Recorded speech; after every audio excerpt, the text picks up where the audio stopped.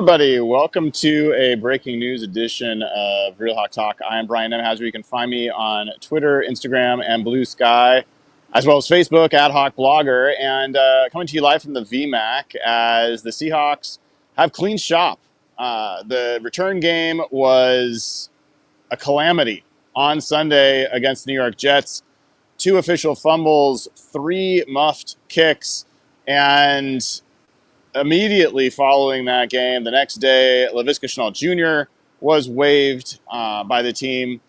We heard from Mike McDonald on both. Well, we've heard of Leslie Frazier on Monday. We heard from Mike McDonald yesterday, Wednesday, that they were still looking through options there.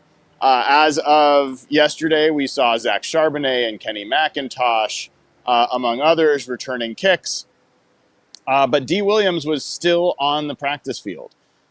Well, no longer. D. Williams was officially waived by the team earlier today, and they have signed former Cleveland Brown, former Tampa Bay Buck return man Jaelon Darden, who went to University of North Texas, was drafted by the Bucks, I believe, or picked up by the Bucks, a player that was a wide receiver coming out of school, someone who had a lot of kind of hype as a yards after catch kind of player in college.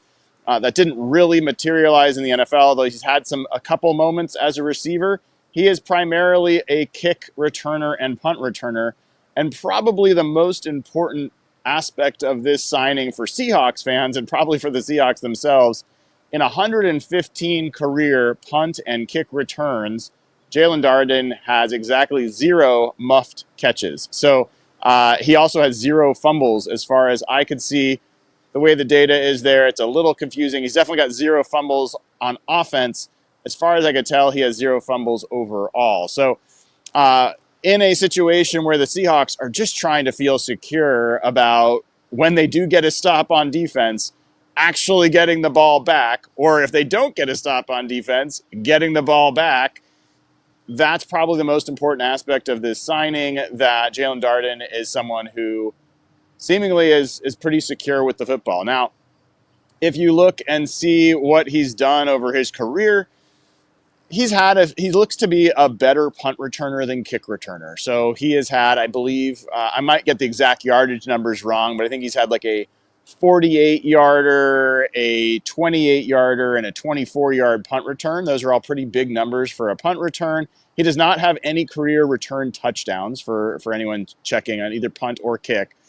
On the kick return side, he has not had a big kick return so far. So his big kick returns are like in the 30s. Like these are not big kick returns. So I don't know if he's perfectly fit for kick returning. I'm not certain he is going to be a kick returner for this team. We'll find out. And then what that means is that neither of the guys that caught kicks for the Seahawks the majority of this year are on the roster at this point. My expectation would be that they will give a hard look at Kenny McIntosh, who got some chances to return against the 49ers. You remember in that game, Laviska Shenault and D. Williams both got injured. So they had Kenny McIntosh and Cody White returning kicks in that game.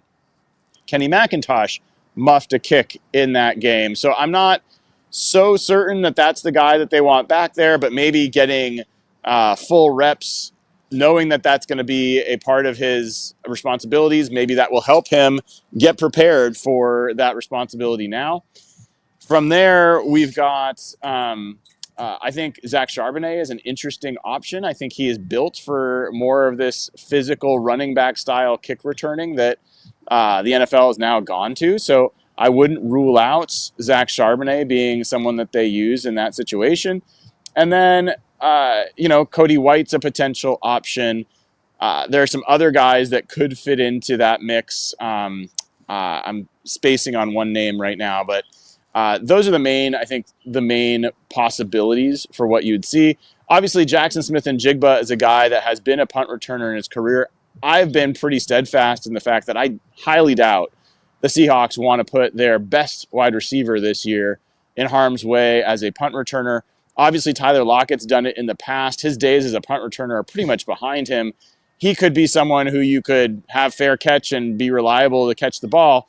But again, I think they're looking for a little bit more than that. And I think Darden supplies that option. So generally speaking, I think that it's a pretty good bet that Darden will return both kicks and punts. And my best guess is Kenny McIntosh will be the other guy. Personally, I would be more interested in seeing Zach Charbonnet in that role. But, that is the most important thing right now is guys that can catch the football and that the Seahawks feel like will give them an opportunity to play with confidence in special teams and focus on other aspects of the football team. So the other thing that's the main breaking news. The other thing that I will share that is news as of today, another roster move, was that the Seahawks activated Uchenna Nwosu off of IR today. He spoke to us earlier at a press conference. That is a pretty good indication that he will play this week. Nothing is official yet. We'll find practice reports. He was a full participant yesterday. And generally speaking, when a guy is available to the press for a press conference, they're going to play that week. Generally, that's been a pretty safe bet. So Uchenna Nwosu is back. He said he is preparing to be able to play his full load. I would not assume that that's how the team is going to approach this. They will probably be a little cautious with him in his return. It was interesting in the press conference, he did not hold back saying that he thought that the Wyatt Teller block that injured his knee in preseason was a dirty play.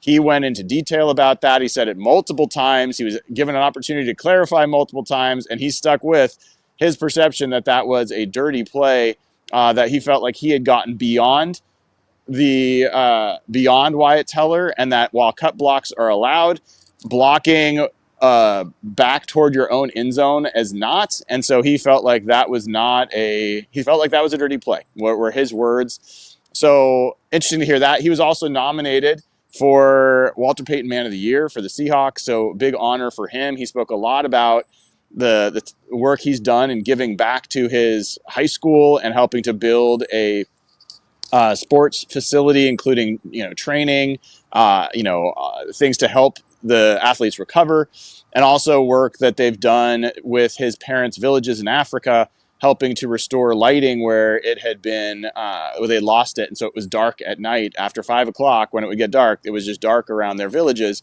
So he helped there. For folks that have supported this show, you should know and probably are aware, we donated $2,000 to the Uchenna Nwosu Foundation before the season began. So all of you that are tuning in, you are contributing as well and have helped Uchenna do what they've done. So we've been supporters there as well. Over $285,000 we have donated to charity over the years, thanks to all of you and your support. So if you haven't given the show a like and click subscribe, please do so. If you haven't joined up at patreon.com/hawkblogger, please do so. If you haven't joined as a YouTube member or a Facebook member, please consider doing that as well. If nothing else, please give the show a like, click subscribe, and we will obviously have more for you. Coming up here in about an hour, we will talk to Ryan Grubb and Adam Dirty. I've got some questions for them.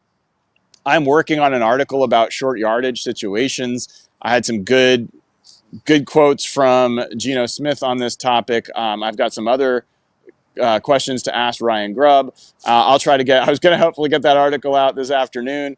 Might be a little bit later given this new breaking news that took me away from my writing. So keep an eye out for that at hawkblogger.com.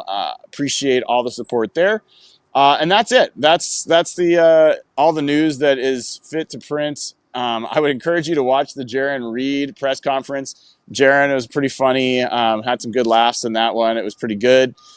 We also got a chance to talk to, as I said, Geno Smith and Uchenna Nwosu. Those were both good conversations as well. So keep an eye out for more from me. Until then, appreciate all of you and have a great rest of your day. I'm Brian Nemhauser. You can find me on Twitter, Instagram, and Blue Sky at Hawk Blogger. Take care, y'all.